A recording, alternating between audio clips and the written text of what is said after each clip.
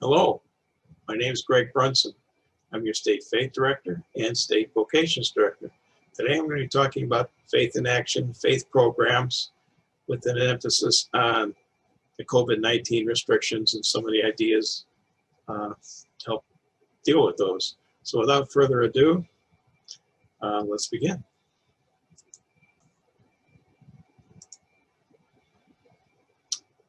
The faith programs have not changed, and we'll talk a little bit today about each one of these, including the Into the Breach video series.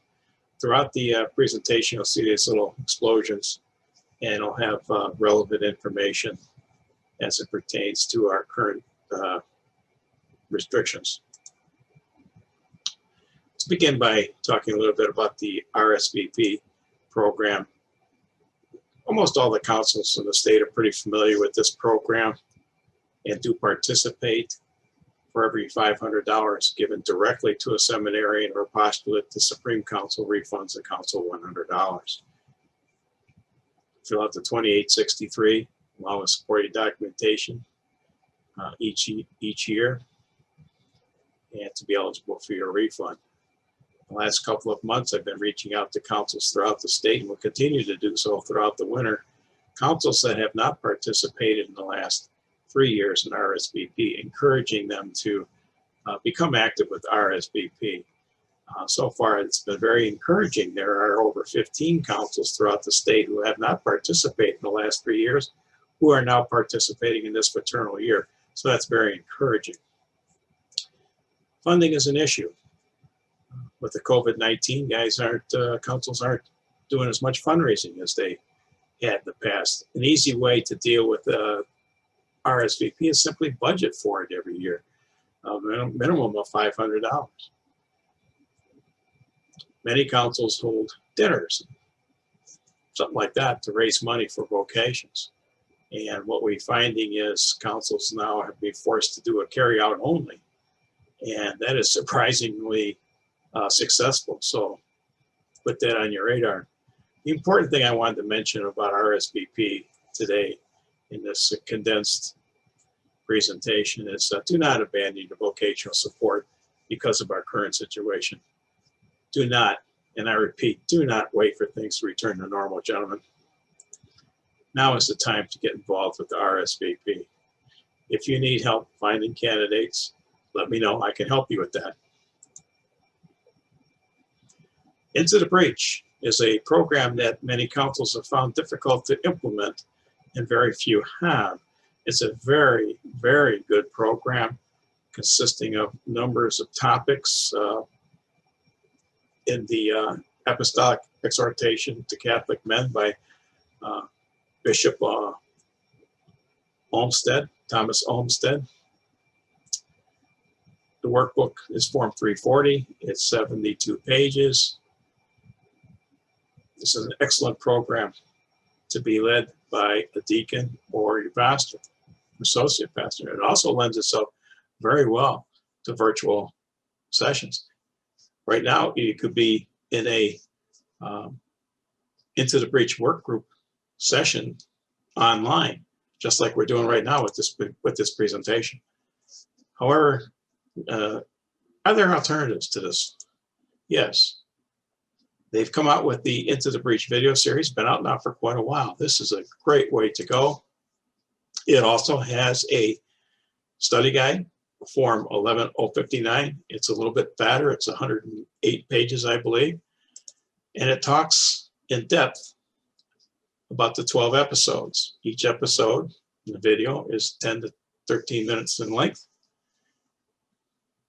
And the study guide is structured very similar to the other Into the Breach study guide. Very similar, different topics, however. Here's what the CD looks like and some of the speakers. This fellow here at the top is Bishop Thomas Olmsted himself. A couple of ways you can implement this. You can download the videos directly from kfc.org/Into the Breach, or you could run them directly from that site and share your screen, much like I'm doing right now. That works very well. Or you can order a DVD. You can get them from Knight's Gear, under books and DVDs. It's right there. Only $4 a copy. That is an easy $4 to spend, gentlemen. The Pilgrim Prayer Program. Many of you have not heard of this yet. It's new for this year. The new theme is St. Michael the Archangel. And there's a picture of the new icon. The Marian Prayer Program was renamed this year to reflect a new theme to the Pilgrim Prayer Program. It'll work similarly to the way the Marian program had worked in the past. It was scheduled to begin in January 2021. However, Supreme has pushed that back a little bit, and will be starting it at the end of the fraternal year because of COVID concerns, obviously.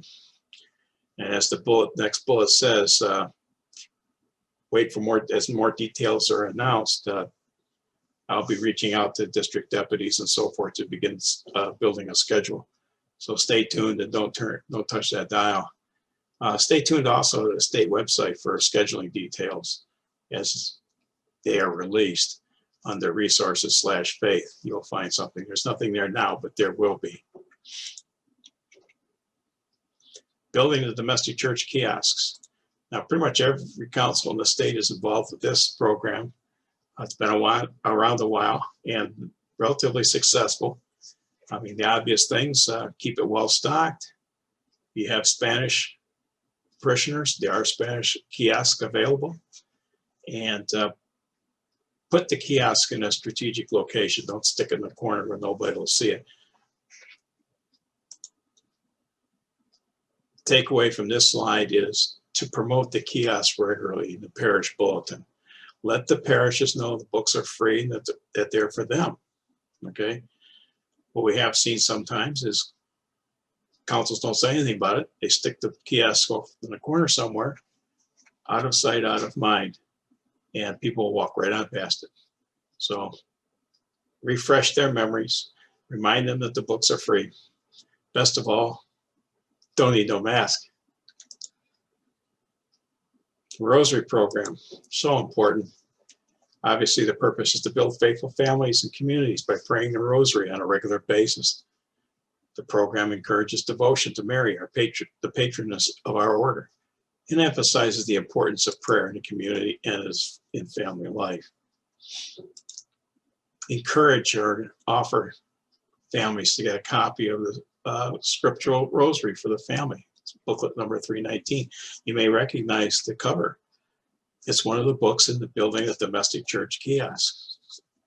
It's the third one down, and it's one of the best books in that series. For every council in Michigan should be leading a Rosary on a regular basis, either before Mass or at some other time. Works also as a great fifth Sunday Rosary program. Get your financial secretary to order bags of these. The ring rosaries, very popular with parishioners. Spiritual reflection. I'm going to fly through this very quickly because we're talking about retreats.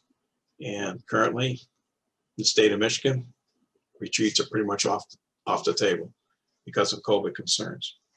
However, later in the presentation, our state chaplain, Father Paul Boline, will be talking about a series of retreats planned across the state in the coming year, and they're going to be very, very good. So stay tuned for that presentation.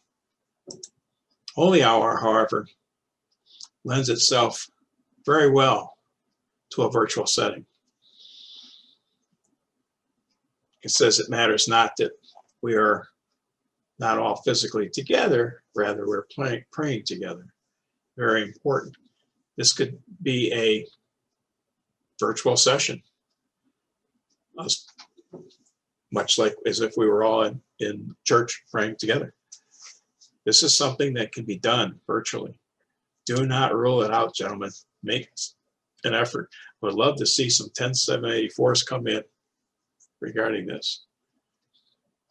Sacramental gifts, another program that's very, very helpful, often forgotten and simply not done. note these items along here. You can get your financial secretary to order these things through supply. One of the takeaways I wanted to leave you with on this slide today is the notion of keeping some of these gifts with the parish office, just in case Knights of Columbus are not present for some of these events. Obviously, you would have to, get Father's permission and blessing for that. For example, let's say Father does a rosary, performs a marriage on Saturday afternoon, and nobody from the Knights of Columbus knew about it. That married couple wouldn't be getting their daily prayer book for married couples. So something to think about, something for the Grand Knights to put that on your to-do list. The 10784, very, very important for obvious reasons. Every financial secretary needs to become your best friend. Any of the Faith in Action programs, you should fill out a 10784 for that. Okay, I'm a financial secretary. I'm getting in the habit as well. Every time there's a rosary, there's a baby bottle, coats for kids, any of the Faith in Action things that we do. Council's very active, like most councils. Make sure you get in the habit of doing that. The important item here on this slide for today is the 10784 is only accepted when filled out online. You may ask, well, if I fill it out online, how am I going to get a copy? How can I save a copy for my council records? Well, when you submit it online, they'll email you back a hard copy all filled out, and it'll be a PDF format at that time, and just simply save that as your council record.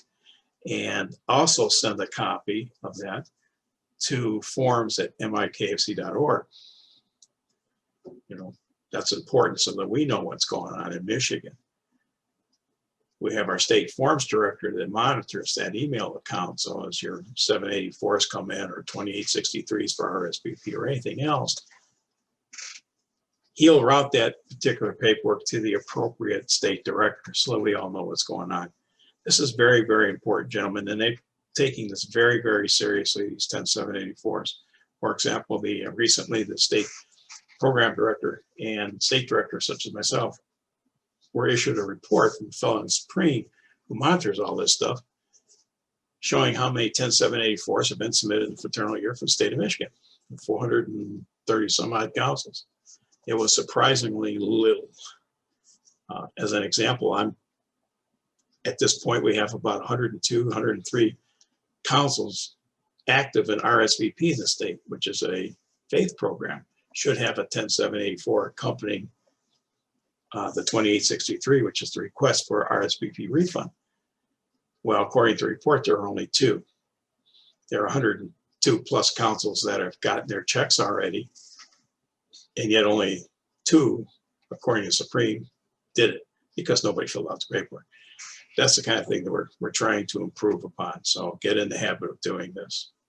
You'll hear more about the 10784 from the other Faith in Action directors and our state program director as well. It's very, very important. They're really taking this very seriously. Sacred Heart Major Seminary. Again, I want to talk about this briefly. Past State Deputy Mike Malinowski will be talking about this in greater detail later. But I just wanted to mention it briefly. It's not a faith program per se, but as a financial secretary, I have to deal with this. $6 is being asked of every member per year. Now, that's not going to break the bank of Monte Carlo. Every night in the state of Michigan should be contributing to this. And every night in the state of Michigan is asked to contribute, whether you're from Copper Harbor or Luna Pier. Doesn't matter where. So be generous, district deputies out there. Talk to your Grand Knights. Ensure that your financial secretaries in your district are in fact sending out the little yellow sheet of paper that has on one side the 10 for charity and Sacred Heart Major Seminary on the flip side of that. Very, very important. And that is my condensed version of Faith in Action discussion for today. I could talk about faith programs all afternoon, but we are limited on time. So if you need my help, please, gentlemen, reach out to me. I do answer my phone. I do return emails. And I am here to help you be successful, to help you implement these programs, and for us all to support our vocations. Very important. Thank you very much, and we'll pass this presentation along to the next presenter.